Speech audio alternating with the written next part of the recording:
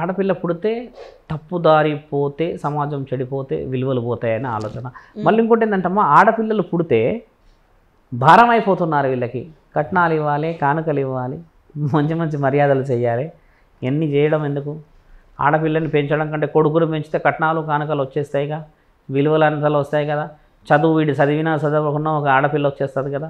ఇప్పుడు ఎక్కడ చూసుకున్నా మగపిల్లలే అవుతున్నారు కదా. మగపిల్లలకు ఆడపిల్లలు దొరకక రెండో పెళ్లి వాళ్ళని కూడా చేసుకున్న సమయం జరుగుతుంది. ముండమోసిన దాన్ని చేసుకుంటారు, గుణం లేని దాన్ని చేసుకుంటున్నారు. అంటే ఇవన్నీ చేసిన తప్పులేగా.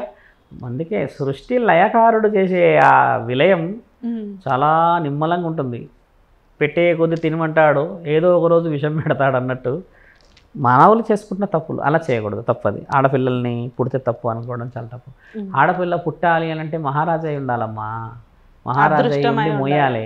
కొంతమంది అదృష్టంగా భావిస్తారు. ముమ్మాటికి ఆడపిల్లలు పుడితే ఆ ఇంట్లో నక్షత్రం, నీకు రాజువైన లక్ష్యము, ఆ యొక్క ఆడపిల్ల యొక్క బాధ్యత నీపై ఉన్నదనే. అందుకనే నీకు ఆడపిల్లను పుట్టించాడు పరమాత్ముడు, అంత సులభంగా నీకు పుట్టించాడు. నీకు ఆడపిల్లల విషయం అన్నావు కాబట్టి నేను మరో రోజు నీకు అసలు ఆడపిల్ల హక్కు, ఆడపిల్లకి ఉన్నది ఏంటి, ఎందుకు ఒడి నింపాలి, ఎందుకు కట్న కానుకలు ఇవ్వాలి, అది కూడా ఖచ్చితంగా చెప్పగలం. కానీ చూడండి, ఆడపిల్ల కట్న కానుకలే చాలా ముఖ్యమైనవి. ఎందుకమ్మా అసలు కట్నం ఎందుకు వచ్చింది అసలు తెలుసా ఈ లోకంలో? తెలియదు. కట్నం అంటే ఏంటి అసలు? చాలా మంది చూడు, కట్నం అంటారా, తర్వాత ఒడి నింపుతారా, తర్వాత బంగారం అంటారా, టీవీలు ఎలక్ట్రానిక్ వస్తువులు పెడతారా. అసలు కట్నం అనే తంతు వచ్చింది శ్రీ శ్రీ శ్రీ శ్రీ శ్రీ శ్రీ శ్రీ ఫలానా ఒక స్త్రీ అంటే ఒక ఆడబిడ్డ వల్లనే వచ్చింది అది కట్నం, మగవాడి వల్ల రాలే.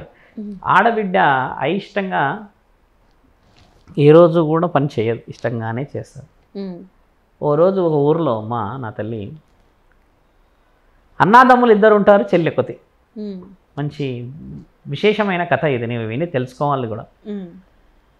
కట్న కానుకల ద్వారా అన్నదమ్ములకి ఏంటంటే 4 ఎకరాల పొలాలు ఉంటాయమ్మా. 4 ఎకరాల్లో మంచి వరి ధాన్యం పసుపు కుంకుమ అన్నీ పండించుకొని బతుకుతున్న తరుణాల్లో బిడ్డ చిన్న చెల్లె పెళ్ళి అయిపోతుంది ఒకరోజు. ఆడపిల్ల పెళ్ళి తొందరగా చేయాలి అన్న ఉద్దేశం ఉంటుంది.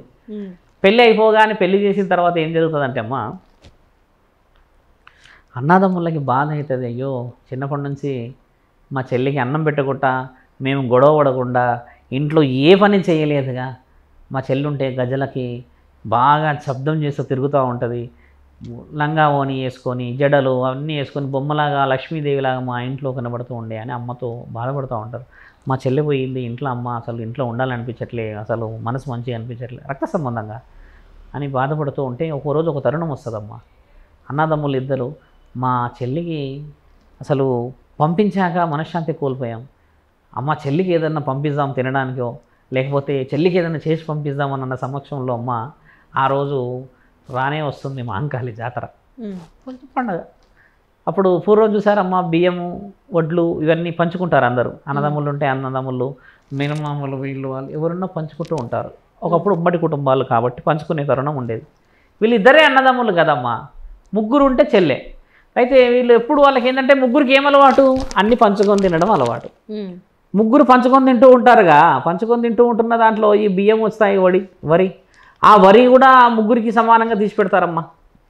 చెల్లికి లేదమ్మా, మేము చెల్లి వంతును మాత్రం ముట్టుకోలేము, చెల్లిది చెల్లికే అని పంపిస్తారు, అత్తగారింటికి పంపిస్తారమ్మా. ఓ ఇక అత్తగారు ఇక మామ మీసాలు మీరేస్తాడు, ఓ మా వంశ చరిత్ర ఏం తెలుసు నీకు, మాకు తక్కువ ఉందా పొలం, మేమేమన్నా తక్కువ చేసామమ్మా మీ చెల్లికి, అలా ఎలా పంపిస్తారు మీరు అని చెప్పి కొంచెం సీరియస్ అయితే చెల్లి బతిలాడుతుంది. అన్న వాళ్ళు ఇష్టంగా పంపించారు మామయ్య, అత్తమ్మ క్షమించండి, అంతేగాని తక్కువ చేసి కాదు. ప్రతి సంవత్సరం ఆ రాబడి వచ్చినప్పుడు అందరం పంచుకుంటూ ఉంటాం, అంటే మేము ఉన్నకాడే తింటాము, కాకపోతే అన్నయ్యలు చిన్నప్పటి నుంచి పంచుకొని తినడం అలవాటు అన్న మాట తీసుకొచ్చినప్పుడు కోపం వస్తుంది వీళ్ళకి. అబ్బో అలా మాట్లాడుతుందని మళ్ళీ ఇంకో సంవత్సరం అది వస్తుందమ్మా. అలానే మళ్ళీ పంచినప్పుడు మళ్ళీ వస్తే ఆ సారి వాళ్ళకి నచ్చదు. ఇక వీళ్ళేంది వద్దంటే పంపిస్తున్నారు, ఏదో ఒకటి చేస్తున్నారు అని చెప్పేసి అత్త అహంకారంతో వెళ్ళండి తీసుకొని వెళ్ళిపోండి, ఆ 7 ఎద్దుల బండులు వచ్చాయిగా, మాకు అవసరం లేదు, మేమేం తక్కువ తినలేదు, మా వంశం పెద్ద గొప్పది అని గట్టిగా మందలించేస్తే చెల్లి బాధపడుతుంది. ఇక్కడ అన్నదమ్ములు పంపించిన ఆస్తిని రిజెక్ట్ చేసిర్రు అత్తమామలు అని కోపం వచ్చి బాధపడితే ఆ చెల్లి పడ్డ బాధను అన్నదమ్ములకి చాలా ఇబ్బంది అనిపిస్తుంది. అప్పుడు పరమాత్ముడు ఒక ఆజ్ఞిస్తాడు, ఏమని, వచ్చిన అమ్మగారి ఇంటి నుంచి వచ్చిన ఏదైతే ఉంటుందమ్మా వడి అంటారు దాన్ని, వడి బియ్యం అంటారు దాన్ని. వడి అంటే ఒడిలోనే ఇస్తారు. వడిలో పూర్వం ఏం చేసేవాళ్ళు, ఏదో ఒకటి తంత్రం ఇచ్చి ఇట్లా కట్టించేవాళ్ళు, గుర్తుందా?